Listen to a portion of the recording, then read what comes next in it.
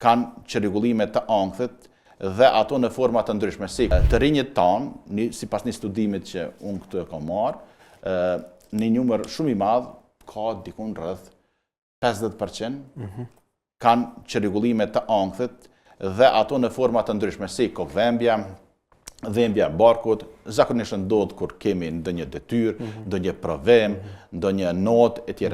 Po ashtu edhe gjatë shkollimit të mesëm dhe në fakultet, ai edhe më shumë është e shprehur dhe pastaj edhe sfidat që janë vendosin vetet, a mund të ballafaqojmë, a mund të arrijmë.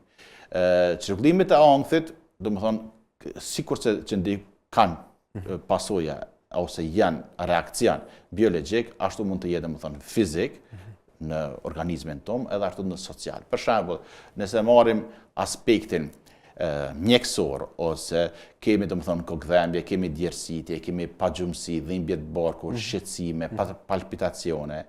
Pastaj kemi aspektin social që është shumë i rëndësishëm, mos dalja në publik, mos dalja në turb, frikë që të ballafaqohemi me të tjerët, frikë mos po më thonë ndonjë nocion, pra stigma është jashtëzakonisht e shprehur.